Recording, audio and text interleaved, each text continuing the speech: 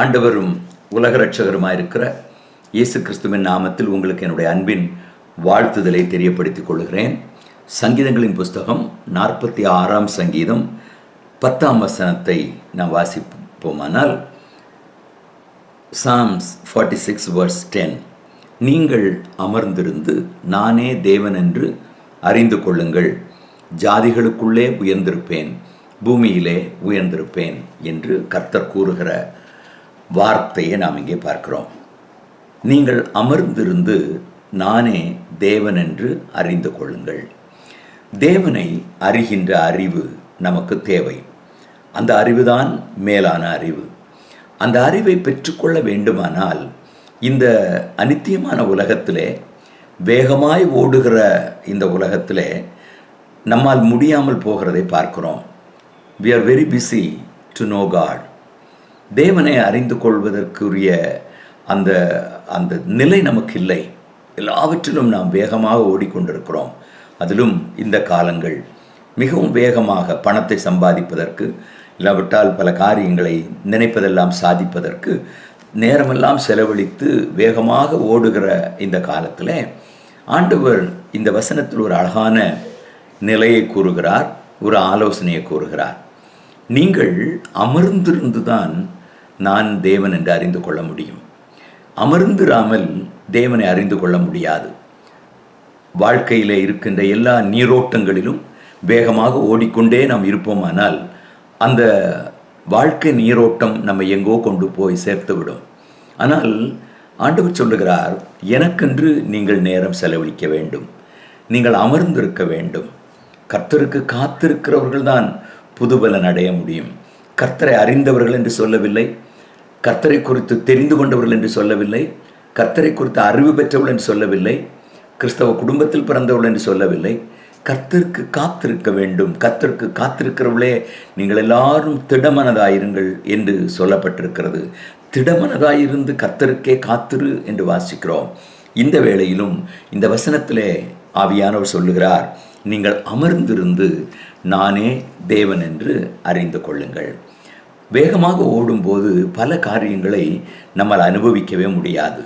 பார்ப்போம், ரசிப்போம். ஆனால் அமர்ந்திருந்தால்தான், பக்கத்தில் இருந்தால்தான் அதனுடைய மேன்மைகளை நாம் ருசிக்க முடியும், அறிய முடியும். ஆண்டவருடைய சமூகத்தில் அமர்ந்திருக்கின்ற, காத்திருக்கின்ற அனுபவம் இந்த நாட்களிலே நமக்கு தேவை. தேவ சமூகத்தில் காத்திருந்தவர்கள் ஆசீர்வதிக்கப்பட்டார்கள். அவர் தேவன் என்று அறிந்து கொண்டார்கள். நீங்கள் லூக்கா எழுதின சுவிசேஷம் 2ஆம் அதிகாரத்தில் சிமியோன் என்று சொல்லுகிற பக்தனை குறித்து நாம் வாசிக்கிறோம். அவன் ஆண்டவருடைய சமூகத்திலே காத்திருந்தான். எதற்காக? இரட்சண்யத்தை காண வேண்டும், அல்லது யூதர்களுக்கு அனுப்பப்பட போகிற மேசியாவை காண வேண்டும் என்று அவன் தேவாலயத்தை விட்டு நீங்காமல் அவன் தேடிக்கொண்டே இருந்தான். அவன் காத்து கொண்டே இருந்தான். அவனுக்கு ஆண்டவர் தென்படுகிறார். எப்படி என்றால், அன்றைக்கு அந்த நாளிலே அநேக பிள்ளைகளை அந்த ஆலயத்துக்கு கொண்டு வந்தார்கள். பண்டிகை காலத்தில் ஏராளம் பிள்ளைகள் அங்கே வந்தார்கள். இவன் காத்திருந்தது அந்த பிள்ளைகளுக்காக எல்லாம் அல்ல. அநேக பிள்ளைகள் வந்து அவனிடத்தில் ஜெபிக்க வந்தார்கள். ஏனென்றால் அவன் ஒரு ஊழியக்காரன். அவனிடத்தில் அவன் ஒரு வயோதிபமான ஒரு ஊழியம், வயது சென்றவன். அவனிடத்தில் இந்த ஆசீர்வாதம் பெறுவதற்கு பிள்ளைகளை எல்லாம் கொண்டு வருகிறார்கள். ஆனால் எல்லா பிள்ளைகளையும் பார்க்கும்போது அவனுக்கு வேறொன்றும் தென்படவில்லை. அவன் காத்திருந்தது அல்லது அமர்ந்திருந்தது யாருக்காக? மேசியாவுக்காக. அப்படி காத்திருந்த அவனுடைய கண்களிலே இந்த குழந்தை தென்படுகிறது. இயேசு என்கிற குழந்தை தென்படுகிறது. எத்தனையோ குழந்தைகள் போனார்கள். ஆனால் அவன் காத்திருந்ததினாலே, அமர்ந்திருந்ததினாலே மேசியா யார் என்பதை அவன் அறிந்து கொள்ளுகிறான். அப்பொழுது அந்த குழந்தையை கையில் ஏந்தி கொண்டு, எல்லா பிள்ளைகளும் அந்த ஆலயத்துக்கு வந்தாங்க, ஆனால் இந்த பிள்ளையை மட்டும், இயேசு என்கிற குழந்தையை மட்டும் கையில் ஏந்தி கொண்டு, உம்முடைய இரட்சண்யத்தை என் கண்கள் கண்டது என்று அவன் சாட்சியிடுகிறான்.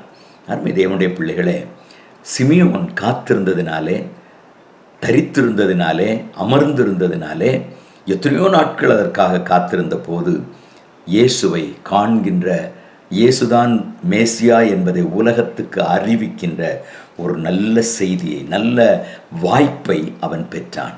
அந்த பண்டிகை நாட்களில் வந்த எல்லா மனிதர்களுக்கும் முன்பாக இவர்தான் மேசியா, உம்முடைய இரட்சண்யம், இந்த யூதர்களை ரட்சிக்க, இந்த உலகத்தை ரட்சிக்க நீர் அனுப்புகிற மேசியா இவர் என்பதை அவன் கண்டுகொண்டான் என்பதை பார்க்கிறோம்.